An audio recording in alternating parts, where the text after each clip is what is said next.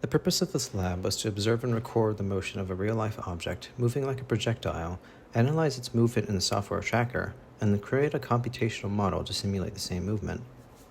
The computational model's results, which describe predicted position over time, can be compared to the real-life model's results, which describe observed position over time. We can further compare these results to a second computational model that accounts for drag force, or air resistance. I found that my computational model fairly accurately predicted the real object's movement and was able to illustrate drag force's minor impact on the trajectory of the ball. For my observed model, I threw a small orange stress ball a few meters in my room in a projectile motion. In Tracker, I established the ball's initial position at the first interval it left my hand. I approximated the dimensions of the ball as around 4.14 centimeters. The ball's motion was captured in a total of 18 frames, including its starting position. It was airborne for less than a second, covering around 2.5 meters at an average velocity of 2.72 meters per second. The maximum height it reached was 1.39 meters. The video will be shown here.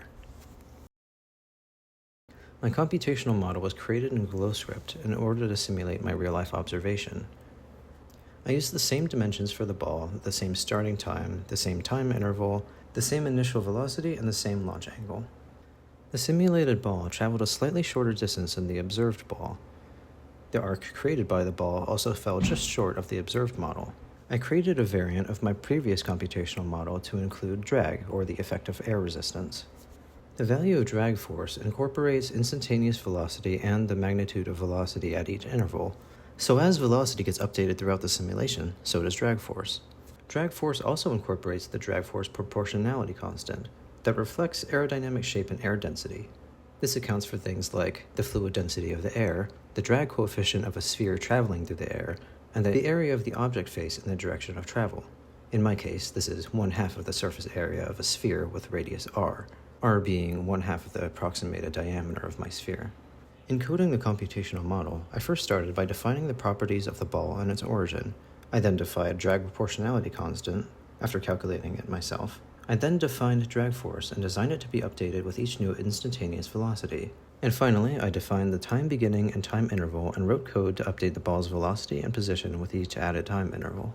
So how did these results compare?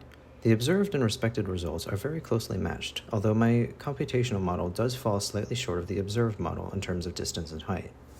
What about when we consider drag force? The difference between the computational models is fairly marginal. However, the one accounting for drag falls just behind the one that does not, indicating drag force was just barely enough to visibly impact the ball's trajectory. I've also included a side-by-side comparison. Do any of the models predict terminal velocity? Yes, as with any object, if my ball had continued falling without stopping, it would have eventually reached terminal velocity. I created a modified version of my computational model that incorporates drag to reflect this. If thrown from the same height with the same trajectory and velocity, and if it had continued to fall, it would have begun to approach terminal velocity at around 7.29 seconds, reaching 24.9 meters per second downwards. This reflects 99% of terminal velocity. If it had continued to fall, it would reach full terminal velocity at around 20.61 seconds, reaching 25.1529 meters per second. It would proceed at this exact velocity for, as far as I could tell, at least several thousand meters. If the same ball were initially thrown straight up with the same initial speed, would it reach the ground before, after, or at the same time as observed previously?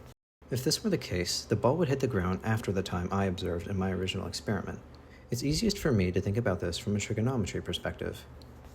Given the same initial velocity and angle, and replacing my initial time and position with 0 and 0 meters, the ball in this predicted model would take around 0.62 seconds to land.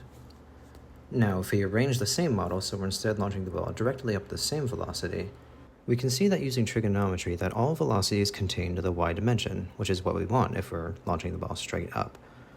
This time, the ball takes around 0.91 seconds to hit the ground. This demonstrates the launch angle's effect on how long it takes for the projectile to land.